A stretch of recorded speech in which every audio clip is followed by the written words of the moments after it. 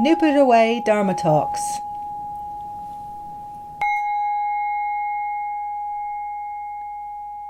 Talk 5, 24th of June 2012.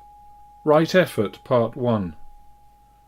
Professor Geoffrey Hunt talks about using energy mindfully.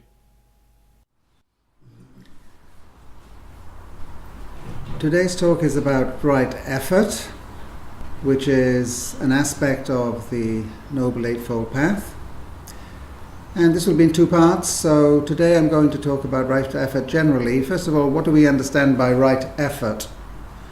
Well, let's do a slight change in the translation here and call it mindful effort, or generating and letting go of certain states of mind.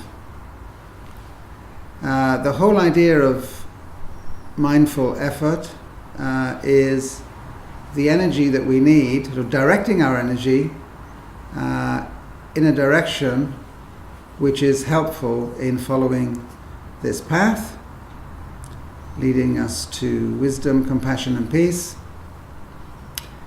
and being aware of how we are deploying our energy, what we're doing with it.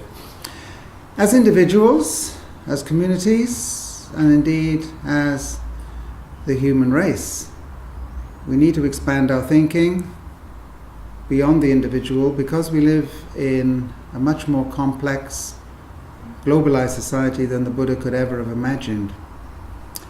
And when we think of the effort that the human race has expended in the last 150 years to create a lot more stuff and be a lot more comfortable, we see that we have now expended enough energy to steam the whole planet to extinction.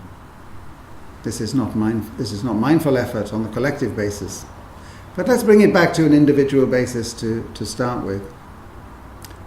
What the Buddha is teaching us is to consider our own states of mind and think about those states of mind which are hindrances in following this path, and those states of mind which are facilitators or facilitative, or helpful in following this path. And as usual, we can think of this in a fairly simple way. Those who followed him and were teaching tended to put things in nice simple 1, 2, 3, 4 schemata so that we could remember what the teaching was. And here we can think of five pairs of states of mind. Those which are helpful and those which are hindrances. So the first thing I want to say about how we approach our understanding of these five aspects of effort is that for the Buddha, a lot of effort is paradoxically non-effort. That is, not doing things or not allowing certain states of mind to arise, rather than doing something extra. We've all got enough to do. Our problem is that we're doing too much. Our problem is that we are wanting too much. We're craving too much. It's all become too complicated. We are burdened by wanting more, by protecting what we have, and becoming more insecure, because the more we have, the more we can lose. So the Buddha doesn't want to add yet another burden. He wants to say that the kind of effort we're thinking about is largely the effort of letting go, the effort of saying no, the effort of understanding how craving arises and not allowing it to arise, the effort of substituting hindering craving with helpful states of mind. A simple way of putting this across would be with a little analogy or metaphor. And I always use the metaphor of teaching someone to swim, and how swimming and learning to swim is really a matter of letting go. It's a matter of confidence in the water. It's a matter of not rejecting the water as something that wants to hurt you, and it's not a matter of clinging onto the water as though that can save you from drowning. You cannot cling to water. However, if you're teaching someone to swim, perhaps the very first step is to show them that the water will support you. And that if you lie back in the water, with your face above the water, as long as you don't have boots on, you will float with your face just above the water.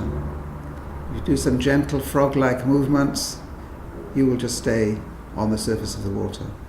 So in a sense, we don't have to learn how to swim. And babies know how to swim already. If you put a newborn baby, or baby of just a few days into water, it doesn't panic in the way that we do. It doesn't try to grasp the water and flail about as we do. It just accepts the water, stays in the water, and behaves rather like a baby frog, actually, in the water.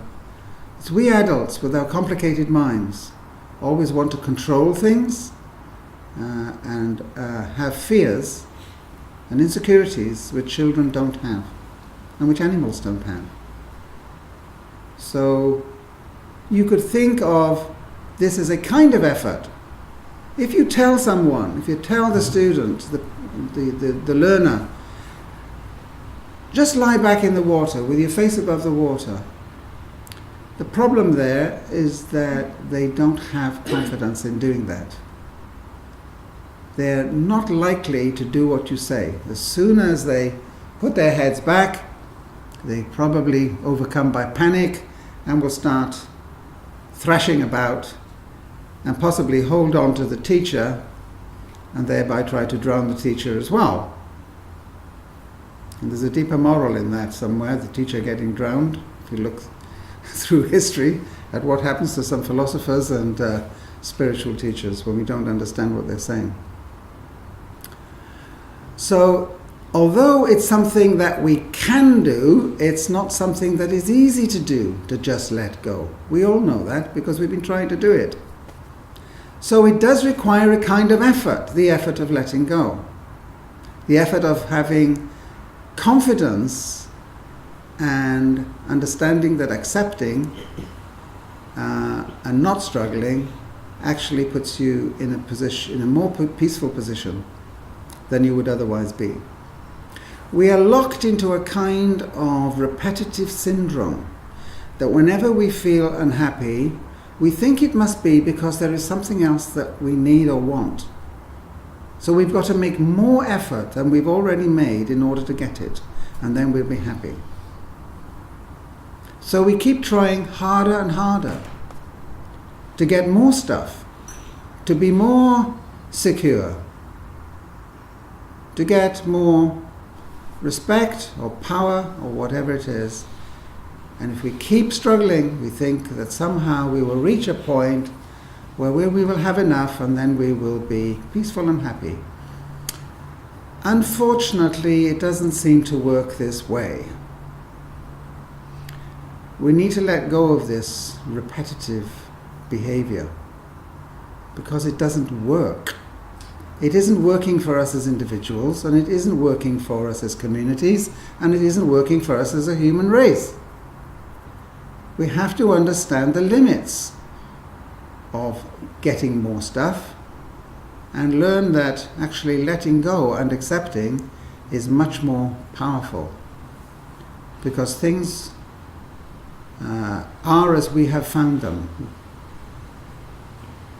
The world was here before us, and we popped up into it, we don't know how, and we will pop out of it again. Our control is very, very tiny.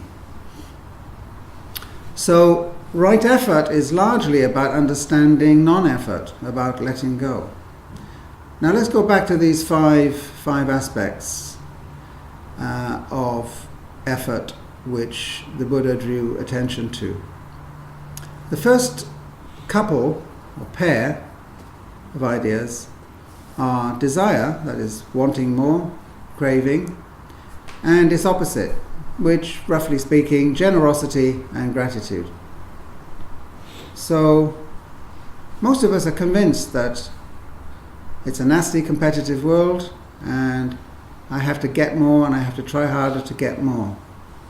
So, desire, craving, wanting more, the Buddha says, is an understandable state of mind which we tend to generate in ourselves without even thinking about it. But ultimately, it doesn't put us in a better place. It just makes us very, very tired. Ridiculous, isn't it? What about trying generating the opposite state of mind, which is being more generous and more grateful in one's life? Now, the Buddha has got various techniques for generating and letting go of states of mind, which we're going to come to in the second talk. Today I'm just going to outline what he's saying about these 5 aspects.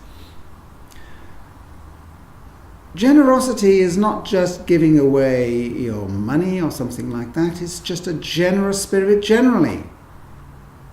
In giving your understanding or giving your time, giving your assistance, having a generous spirit as opposed to having a grasping spirit.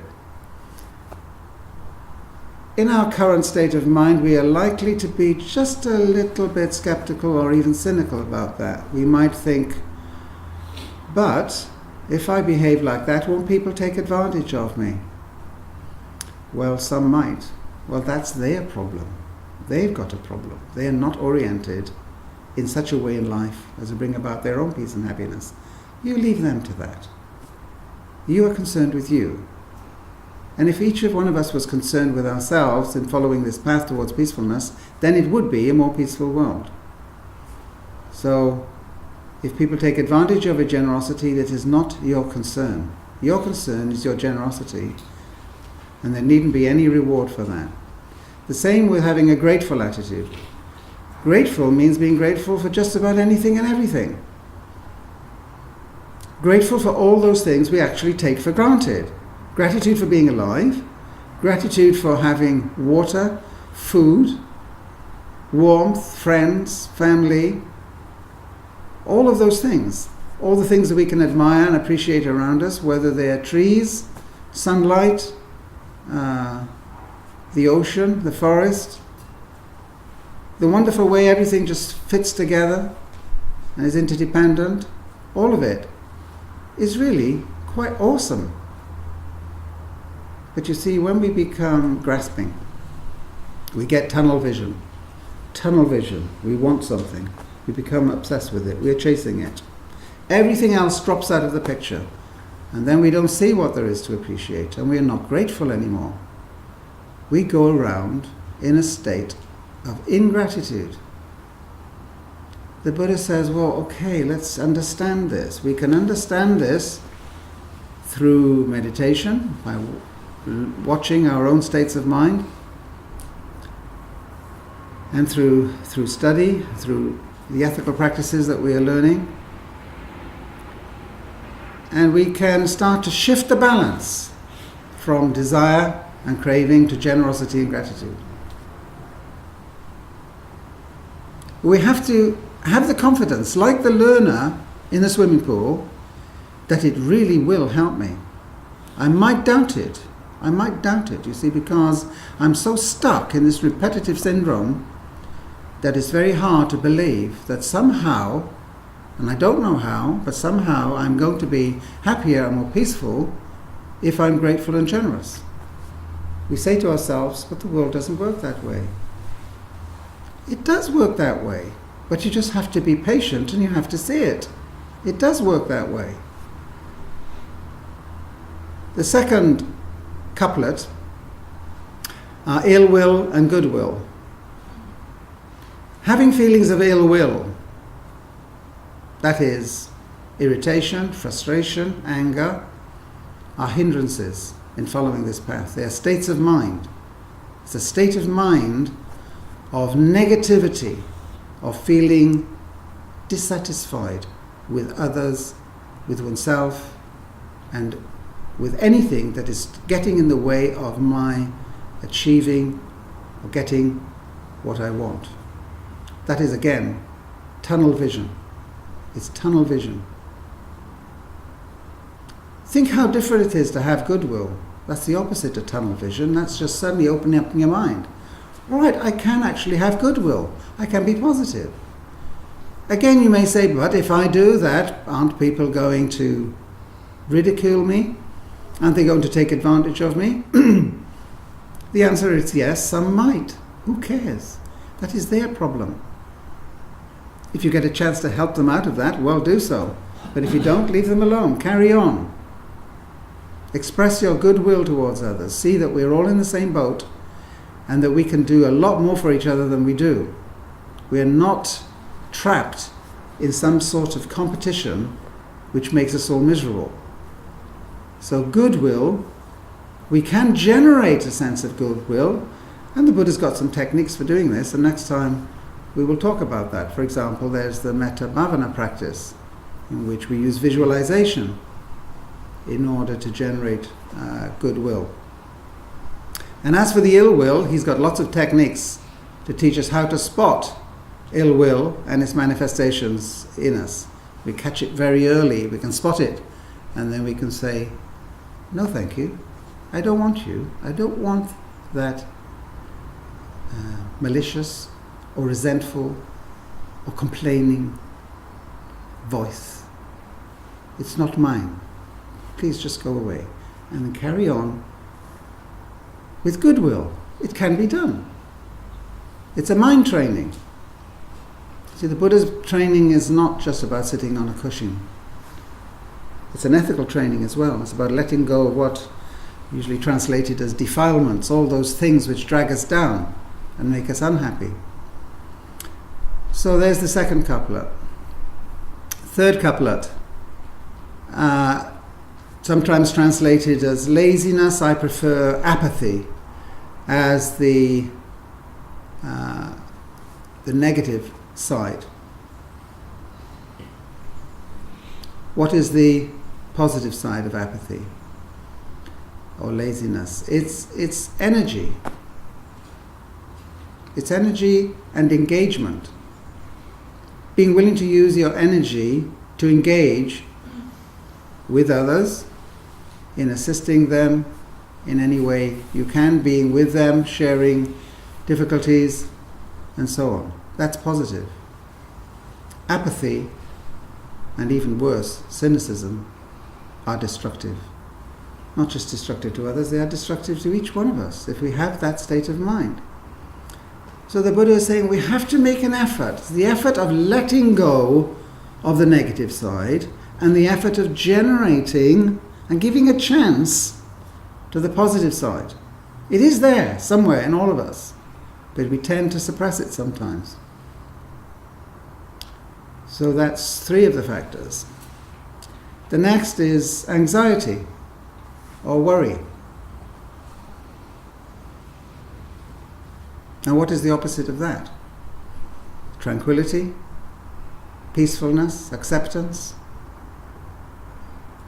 Anxiety is a hindrance. It is a very corrosive, damaging hindrance to your flourishing as a human being, and to all of us flourishing together as human beings. Because when I'm worrying, my head is spinning around, it's agitated, thoughts and images and memories, usually negative ones, are flying about in contest with each other. And I am removed from all possibility of being happy, peaceful, engaged with the world, and grateful for all the things that are around me. So there is effort required to understand anxiety and its roots, and to let that go. Not to suppress it, that doesn't really work, but to learn to let it go, to spot it when it's arising, and again to say to it, no thank you, I don't want you, go away. Kindly, gently, go away. I don't want anxiety. That's not me. I am tranquil, I am calm, I am peaceful. It's in me. I want to go in that direction. Effort is required in going in that direction. And finally, there's doubt. And the opposite of doubt is commitment, or a little bit of discipline. What is the doubt that the Buddha is talking about? The doubt that is blocking my following the path. It's the doubt that it is a path. It's the doubt that the teacher is talking any sense. It's a doubt that we human beings can flourish, can be more peaceful. We doubt all of this, and when we doubt it, what happens? We sink. So doubt is also damaging. It's like a lead weight. And we tell ourselves, yes, but when I doubt things, my doubts are true doubts. This is the way the world is. No, this is not the way the world is. The way that the world is the way that we make it and the way we see it. The world is what we make it through our attitudes and our understanding. Whatever happens out there, whether it's an earthquake or a typhoon, still we are in control of our attitudes to those things and our responses to them. I may not be able to stop an earthquake, but when there is an earthquake, we can act as a community, we can help each other, and we can understand that we are not in control of everything, and certain things have to be accepted, including our own old age and death, and the death of others that we love. There's nothing we can do about them, and we have to accept them. That is within our grasp to have a positive attitude towards those things. So doubt is a lead weight. A little bit of commitment and discipline are a balloon. They lift us up. The balloon is going up, the lead weight is pulling down. Which direction do you want to go in? Let's make the lead weight a bit smaller and the balloon a little bit bigger. Requires effort. It requires the effort of being mindful of one's states of mind and saying, right, I can get a handle on this. Some of it is pushing myself a little bit in this direction. Some of it is simply letting go of this other direction. So there's non-effort mixed in with the effort. Remember the analogy of teaching someone to swim. That is 90% confidence. It's 90%, if you like, belief. I hesitate to use the word belief, but if one believes one can swim, then one can swim, I suppose. At least in the sense that one is not drowning. Of course, there are all kinds of fancy moves you can do in swimming, and competitions you can get into, and that is not where we're going. There is no meditation contest here. That's not the effort we're talking about. There is no prize. There is no certificate at the end of it. There's something infinitely more valuable that comes as a result of this effort and non-effort. And that is wisdom, compassion, and peace. So, let's give it a try.